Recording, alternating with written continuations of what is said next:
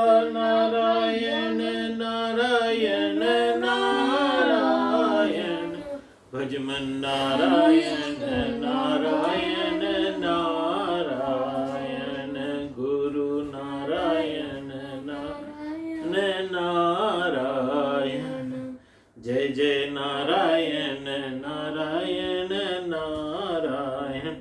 बोलिए नारायण भगवान की जय। प्रेम से भगवान की जय कहने लगे तो मानव की पराजय नहीं होती। आप अपनी जीत चाहते हैं तो जय कहिए। If you want to win, तो आज से भगवान जी का जहां पे भी जयकारा लगे वहां पर जय बोलना शुरू करो। बोलिए भगवान नारायण की जय। Very good. जय शब्दो नमः शब्द है, शंख शब्दस्थेव च, चूर्ण लाजा प्रसूनानां निक्षेप है सुमहान भूत। शंखानंद की ध्वनि छाया जय जय की नाद वहां, नमस्कार कर नमित सभी लाया सौंदर्य प्रसाद वहां। तो कथा के प्रारंभ में जय जयकार हुआ है। सनत कुमार सावधान करते हैं, वे बतलाते हैं कि कथा अति मधुर है। इस कथा को प्रेम से सुनिए। कान से परमात्मा भीतर आते हैं। परमात्मा किससे भीतर आते हैं? कान से। इसको आप रख दो, वहां रख दो, ठीक है। कान से परमात्मा भीतर आते हैं। यही बात रामायण में भी तुलसीदास जी ने लिखी है। जिनके श्रवण समुद्र समाना, कथा तुम्हार सुभग सरिनाना, भरहि निरंतर हो ही न पूरे, तिनके हृदय कहूं ग्रह रूरे। मतलब श्रवण, जिनके श्रवण समुद्र समाना, जिनके कान कैसे हैं? समुद्र के समान, समुद्र के तरह है। कथा तुम्हार सुभग सरिनाना, और आपकी कथा कैसी है? अलग अलग नदियों की तरह है।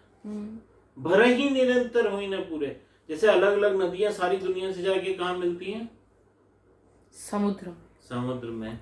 फिर भी समुद्र पूरा नहीं होता। समुद्र कभी ओवरफ्लो नहीं करता। भरती रहो दिन रात इतनी नदियां जाके। तो ऐसे ही भगवान की कथा सुनने के लिए जो हमारे कान है वो समुद्र की तरह होने चाहिए, जो कभी कथा सुनते हुए थके नहीं। तो यहाँ पर क्या कहा है? कान से परमात्मा भीतर आते हैं।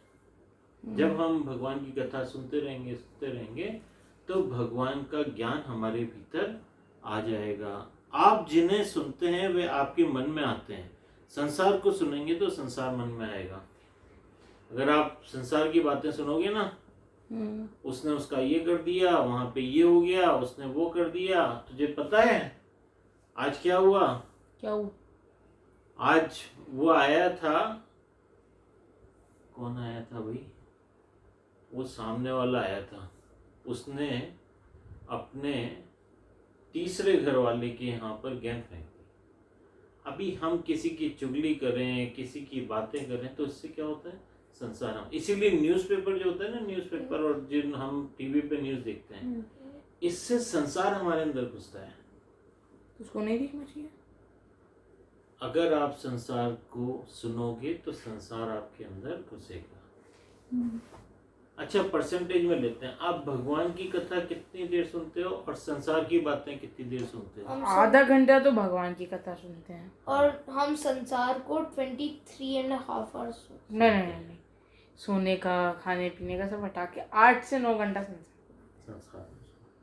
तो अगर आप 8-9 घंटे संसार को सुनोगे तो संसार ज्यादा आएगा या भगवान ज्यादा आएंगे? संसार ज्यादा आएगा। राइट। इसलिए अगर भगवान को हमारे हृदय में बुलाना है, बैठाना है, तो मन के अंदर जो हम सुनेंगे वही हमारे अंदर आएगा।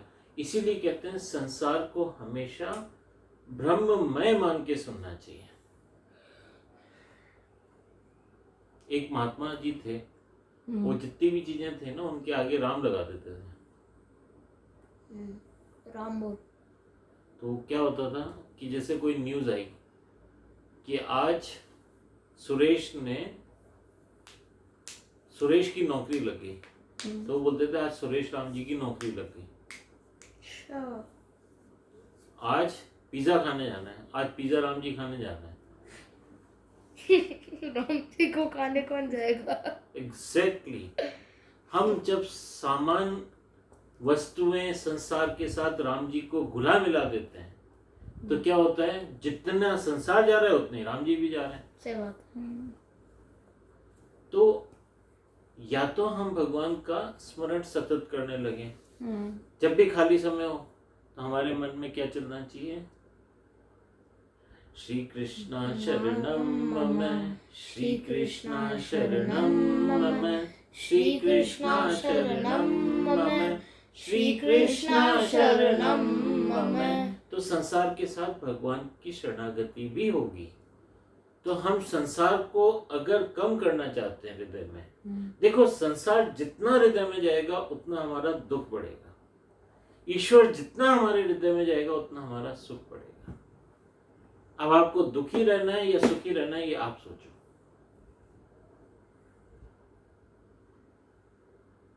संसार दुख का कारण होता है, भगवान सुख का स्रोत होते हैं। स्रोत का मतलब होता है source. God is source of happiness and world is source of sorrows. So you decide if you want to keep the world in your heart, then you will be sorrowful. But if you want to keep God in your heart, you will be eternally happy. तो इसके लिए डोंगरे जी महाराज बोलते हैं कि आप जिन्हें सुनते हैं वे आपके मन में आते हैं। संसार को सुनेंगे तो संसार मन में आएगा, भगवान को सुनेंगे तो परमात्मा हृदय में आएंगे। सदा सेव्या श्रीमद् भागवती कथा, यस्या श्रवण मात्रेण हरिश्चित्तम समाश्रेत, हृदय के सर में उतरे सदा, सुख भरी यह भगवती कथा, सुधर भाव लिए जो जन सुने, हरि बसे उसके हिये सर्वदा। भक्ति में आंख और कान दो प्रमुख अंग हैं। आंख और कान बिगड़ जाते हैं तब भक्ति में बहुत विघ्न आते हैं। मन पर खराब वस्तुओं का असर होता है, खराब शब्दों को सुनने के बाद मन खराब हो जाता है, जिससे वेदों में आज्ञा दी गई है कि कोई खराब शब्द कानों में न आने पाए और कोई खराब चित्र आंखों को दिखाई न दे। हमारी आंखें अगर खराब चीजें देखेंगी ना तो मन में भाव भी खराब आएंगे। अगर हम खराब चीजें सुनेंगे तो मन के अंदर मन भी खराब होगा और भक्ति में विघ्न आएगी। इसलिए आपने गांधी जी के 3 मंदिर देखे? कौन से थे वो? ना बुरा सुनो, ना बुरा देखो, ना बुरा बोलो। एग्जैक्टली वो यहीं से लिए हुए हैं। अगर आप खराब चीज देखोगे तो आपका मन खराब हो जाएगा, ठीक है? अगर खराब चीज सुनोगे तो भी मन खराब हो जाएगा। बोलोगे, अगर सुनोगे और देखोगे तो फिर बोलना भी पड़ेगा, तो आप बुरे व्यक्ति बन जाते हो। और भक्ति में बहुत कठिनाई होती है, फिर बहुत विघ्न आते हैं, भगवान के पास पहुंच नहीं पाते। इसलिए मन को साफ रखना, मन को सरल रखना, मन को शुद्ध रखना, तो ही हम ईश्वर के नजदीक जाएंगे। जिन लोगों का मन सरल नहीं होता, शुद्ध नहीं होता, साफ नहीं होता, उनको डर भी लगता है और उनको दुख भी बहुत होता है। दुख से छुटकारा चाहिए, डर से छुटकारा चाहिए, तो मन को सरल बनाना है, मन को शुद्ध बनाना है। और उसका कारण यह है कि हृदय के सर में उतरे सदा, सुख भरी यह भागवती कथा।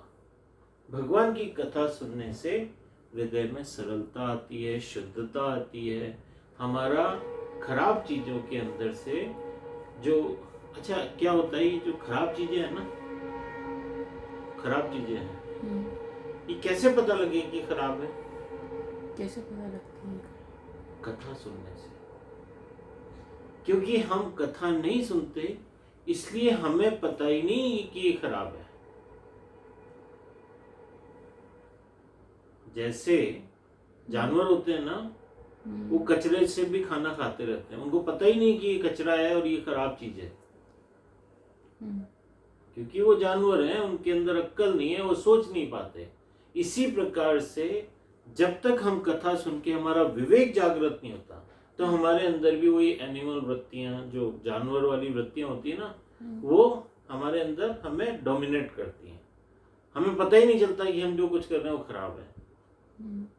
लेकिन कथा सुनने से, भगवती कथा सुनने से हमारे अंदर वो अंडरस्टैंडिंग, वो विवेक जागृत होता है कि हमें पता चलता है ये गलत है और ये सही है। ठीक है ना? तो इसलिए कथा सुननी चाहिए। भद्रम कर्णेभिः शृणुयाम देवाः, भद्रम पश्येमाक्षभिर्यजत्राः, स्थिरंगैस्तुष्टुवांस्तनूभिर्व्यशेम देवहितं यदायुः। ये कथा ऐसी मंगलमय है कि कथा श्रवण से परमात्मा श्री कृष्ण कान के द्वारा भीतर आते हैं। प्रभु का प्रवेश आंखों द्वारा, कानों के द्वारा हृदय में होता है। परमात्मा की कथा का प्रेम से श्रवण कीजिए, तब परमात्मा का कानों के द्वारा भीतर प्रवेश होगा। ये कथा अगर हमने पूरी सुन ली और मन लगा के सुन ली तो भगवान का प्रवेश हमारे हृदय में हो जाएगा। एक बार हृदय में परमात्मा बैठ गए तो फिर मिराकल होता है। मिराकल कैसे? फिर जादू मिरेकल होता है। कैसे मिरेकल होता है? मिराकल भी हो सकता है। कैसे होता है? बहुत सारी चीज हो सकती है। जहां पर हमने भगवान को बिठा दिया, क्या भगवान के साथ कोई डीमंस रह सकते हैं? नहीं रह सकते। भगवान सबको खत्म कर देंगे। क्या जहां भगवान बैठे वहां गंदगी रह सकती है? नहीं रह सकते। द क्वेश्चन इज, क्या डीमंस के साथ भगवान रह सकते? जहाँ भगवान बैठते हैं वहाँ डीमन ही नहीं रह सकते। डीमंस के साथ भगवान रह सकते हैं, लेकिन demons will convert into gods. Exactly. क्या अंधेरे के साथ उजाला रह सकता है? हाँ रह सकता है, लेकिन फिर अंधेरा अंधेरा नहीं रहेगा, उजाला हो जाएगा। वो भी उजाला हो जाएगा। तो अच्छा, क्या अज्ञान के साथ ज्ञान रह सकता है? नहीं। फिर अज्ञान भी ज्ञान हो जाएगा। Ignorance will convert into knowledge. इसीलिए हम बोलते हैं ना, क्या बोलते हैं? अस्तो माँ सद्गमय, तमसो माँ ज्योतिर्गमय, अमृत्योर्मा अमृतम गमय। अमृतम गमय। मृत्यु अमृत में बदल जाती है। तमसो माँ, जो अंधेरा है वो ज्योतिर्गम है, वो उजाला बन जाता है। If you stay with vegetarians, you become vegetarian. If you stay with vegetarians, of course you will be inspired to become vegetarian. Yes, ये कथा अति दिव्य है, क्योंकि इस कथा को हम लोग अभी पहचानते नहीं है, but it's a very very very spectacular, it's out of the world story. ठीक है? अच्छा। इस कथा के महात्म्य को कौन वर्णन कर सकता है? अब इसकी जो कहना चाहिए बेनिफिट्स हैं, it's nobody can describe those benefits. इतने बेनिफिट हैं इसके, इतने बेनिफिट हैं कि उनको डिस्क्राइब करना कौन कर सकता है? Who will do that tremendous job? जब भगवान श्री कृष्ण स्वधाम में पधारे तब उन्होंने अपना दिव्य तेज भागवत में रखा। भगवान स्वधाम पधारे ही नहीं है, भागवत के रूप में आज भी पृथ्वी पर विराजमान है। भगवान सर्व के हृदय में विराजमान है। भगवान भागवत के एक एक श्लोक में है। भागवत भगवान नारायण का दिव्य स्वरूप है। जब भगवान श्री कृष्ण इस धरती से जाने लगे ना, तो वो अपनी सारी शक्तियां भागवत कथा में रख के गए हैं। तो आज भी इस पुस्तक के रूप में भगवान खुद विराजमान हैं। क्या लिखा है इसमें? भागवत के एक एक श्लोक में है भागवत भगवान नारायण का दिव्य स्वरूप है। आपको मालूम है जो टर्बन वाले लोग होते हैं ना, पंजाबी लोग, देखा आपने? वो भगवान की पूजा नहीं करते, वो उनके ग्रंथ की पूजा करते हैं। आप जब भी उनके मंदिर में जाओगे ना, गुरुद्वारे में, तो वहां पर जो मेन डीटी होती है, जो अपने तो कैसे भगवान कृष्ण की मूर्ति होगी, नारायण की, हनुमान जी की मूर्ति होती है, उनके यहाँ पुस्तक होती है, उसी की पूजा करते हैं, गुरु ग्रंथ साहब की। ग्रंथ माने पुस्तक। तो ऐसे ही भागवत जो पुस्तक है, ये भगवान श्री कृष्ण का ही विग्रह है। इसको उसी रेस्पेक्ट के साथ रखना चाहिए, उसी रेस्पेक्ट के साथ इसकी श्रवण करना चाहिए जैसे हम भगवान को खुद सुन रहे हैं। लेकिन वहाँ पर सिर्फ वो पुस्तक की पूजा क्यों करते हैं? वो संसार की पूजा करते हैं, पूजा कर ले। क्योंकि अगर आप पुस्तक को गॉड समझते हो, आप अगर एक फ्रेम को गॉड समझते हो, पुस्तक को नहीं, वो ग्रंथ की पूजा करते हैं। क्योंकि उस पुस्तक के अंदर वो दिव्य ज्ञान छुपा हुआ है जिससे एक जो मृत्यु लोक का प्राणी है वो अमरत्व को प्राप्त कर सकता है, ईश्वर को प्राप्त कर सकता है। लेकिन अगर हम यही समझ लेंगे कि हमारा संसार ही भगवान है, तो फिर हमें तो कोई ज्ञान की जरूरत ही नहीं रहेगी। लेकिन ये समझ आती नहीं है। हम संसार को संसार ही समझते हैं, भगवान नहीं समझते हैं। अगर ये समझ ज्ञान प्राप्ति के बाद ये समझ आ जाती है। तुलसीदास जी थे ना, तुलसीदास जी जिन्होंने रामायण लिखी थी, पूरी रामायण लिखने के बाद मालूम है उन्होंने क्या लिखा? क्या? सिया राम मैं सब जग जानी, करम प्रणाम जोरी जुग पानी। बोले मैं अब सारी सृष्टि को मैं भगवान राम जी और सिया जी के रूप में देखता हूँ। सिया मतलब सीता जी।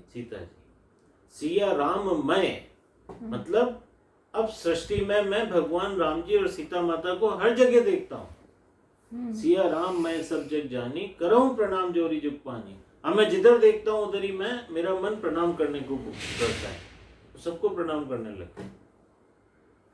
तो ये संतों की महिमा है। तेनेयम वांडमयी मूर्ति प्रत्यक्षा वर्तते हरेः, सेवनात् छुवणात् पाठा दर्शनात् पाप नाशिनी। भागवत भगवान की साक्षात शब्दमयी मूर्ति है। भागवत के श्रवण से, दर्शन से और पूजन से पापों का नाश होता है। चाहे कैसा भी पापी हो, भगवान की कथा सुन ले तो उसके जीवन में अवश्य सुधार होगा। ये कथा पाप को भस्म कर देती है। अब कई जने होते हैं जो बहुत गलत काम करके आते हैं, ऐसा बोलते हैं गौ हत्या बहुत बड़ा पाप होती है, ब्राह्मण हत्या उससे भी बड़ा पाप होता है। कोई ब्रह्म ज्ञानी हो जिसने भगवान को प्राप्त किया हो, उसकी आप हत्या कर दो तो वो महापाप कहलाता है, मतलब पापों में भी बहुत बड़ा पाप। और क्या कहते हैं, 100 ब्राह्मणों की हत्या करने वाला भी अगर भागवत सुन ले तो उसके पाप भी धुल जाते हैं, उसमें भी सुधार हो जाता है। ये इतनी दिव्य पुस्तक है। जो शक्ति भगवान में है वही दिव्य शक्ति इस भागवत शास्त्र में है। भगवान में जितनी शक्तियां हैं ना, उतनी ही शक्तियां भागवत शास्त्र में है। महापुरुषों ने तो ये भी कहा है कि भगवान से भी अधिक शक्ति भागवत में है। लो, कई महात्माओं ने तो ये तक डिक्लेयर कर दिया भगवान में कम शक्ति है, इसमें ज्यादा है। poor people। जैसे एक आदमी से पूछा किसी ने, उसके सामने 2 जने आ गए कि बोले तुम्हारे सामने भगवान कृष्ण भी खड़े हैं और तुम्हारे गुरु भी खड़े हैं, अब तुम किसको रेस्पेक्ट दोगे, किसके पांव छूओगे? तो उन्होंने पता है क्या कहा? गुरु के पैर छूए। मैं गुरु के पांव छूऊंगा। रीजन भी गुरु गोविंद दोऊ खड़े काके लागू पाए, बलिहारी गुरु आपने गोविंद दियो बताए। अगर गुरु जी नहीं होते तो गोविंद मिलते ही नहीं। गोविंद जी का रास्ता बताने वाला गुरु ही होता है। इसीलिए भगवान से बड़ी पुस्तक क्यों बताया है? क्योंकि अगर पुस्तक नहीं हो तो हम भगवान तक पहुंच नहीं सकते। ज्ञान आएगा ही नहीं आपके पास। आपको आपके लक्ष्य से मिलाने वाला लक्ष्य से भी बड़ा होता है ना? अगर वो आपको लक्ष्य तक नहीं लेके जाता तो आप कभी लक्ष्य को प्राप्त कर ही नहीं सकते। तो इसलिए यहाँ पर कहा गया है कि इस भागवत में भगवान, अच्छा दूसरी चीज और है, भगवान तो हमें नहीं दिख रहे, लेकिन भागवत तो दिख रही है। भगवान से बड़ा भगवान का नाम, अंत में निकला ये परिणाम, राम से बड़ा राम का नाम। अब ऐसा क्यों कहा?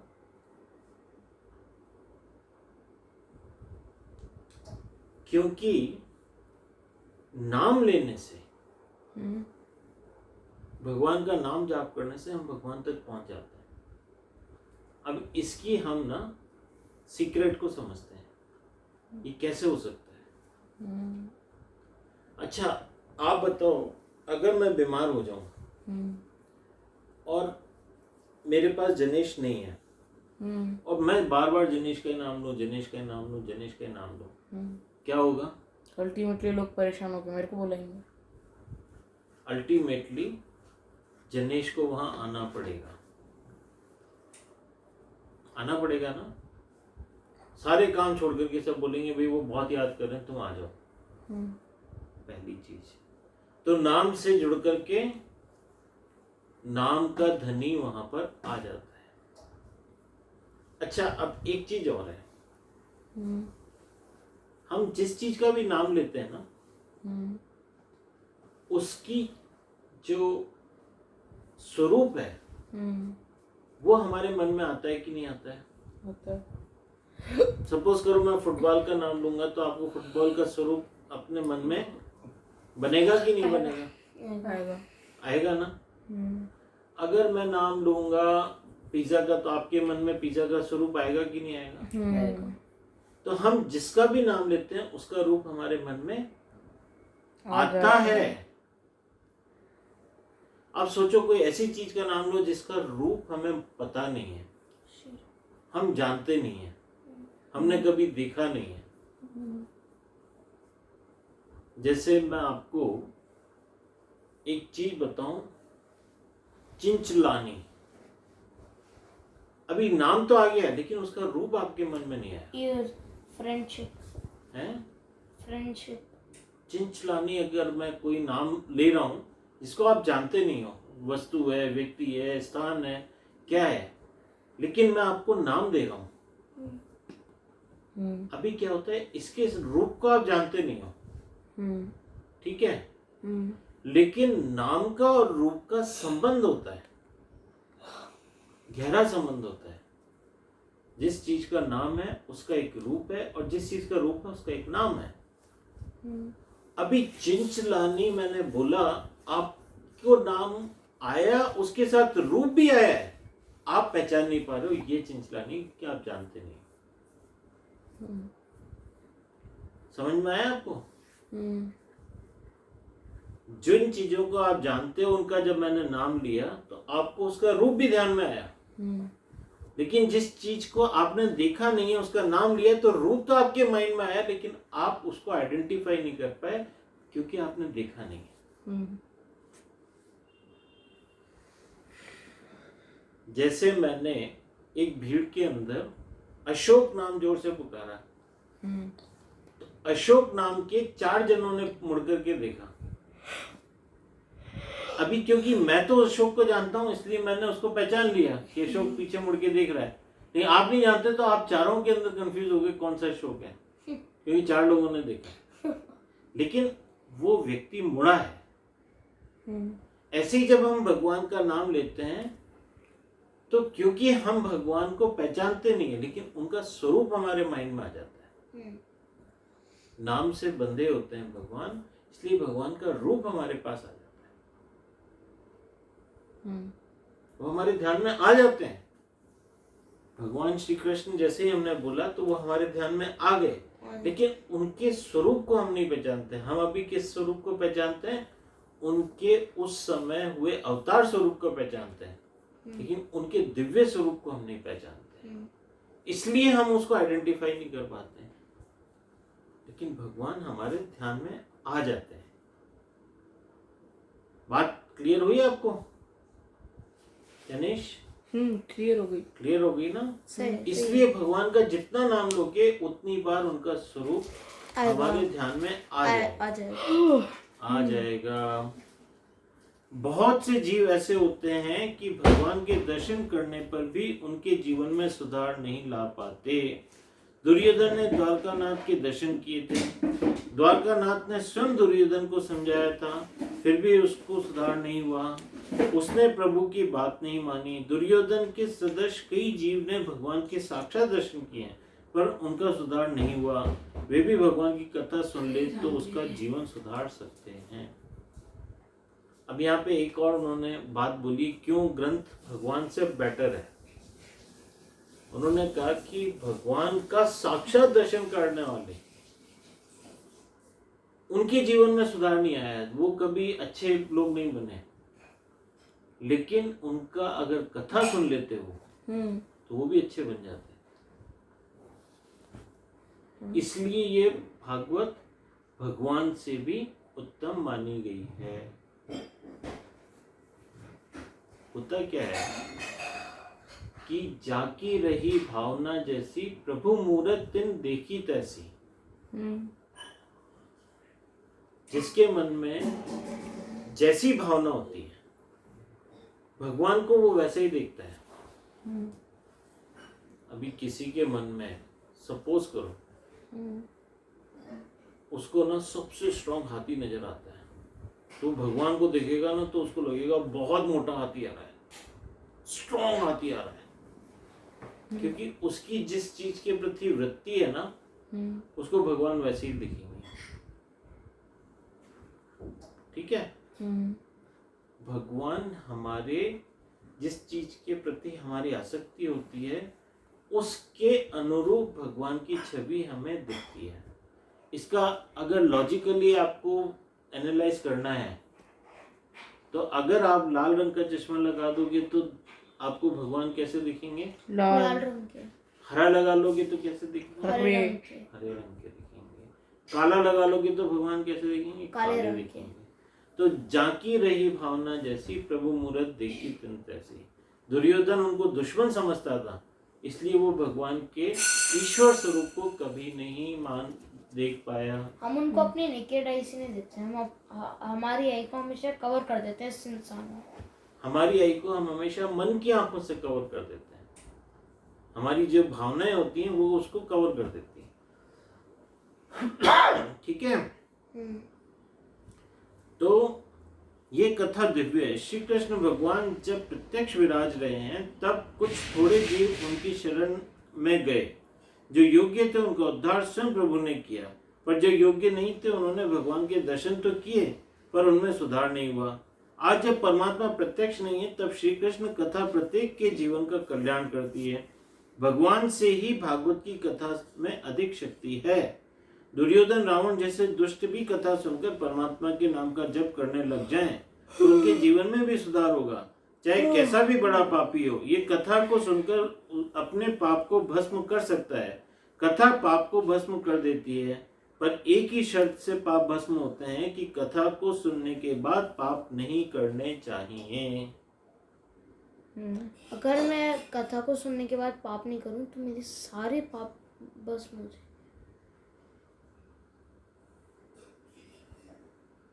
गज स्नान नहीं करना चाहिए कि आप नहा के धो के और फिर वापस से अपने सर पे धूल झड़क ली। कथा सुनी उसके बाद फिर हमारे अंदर ये जागरूकता आ जानी चाहिए, ये समझ आनी चाहिए कि मुझे अब ये गलत काम नहीं करना है।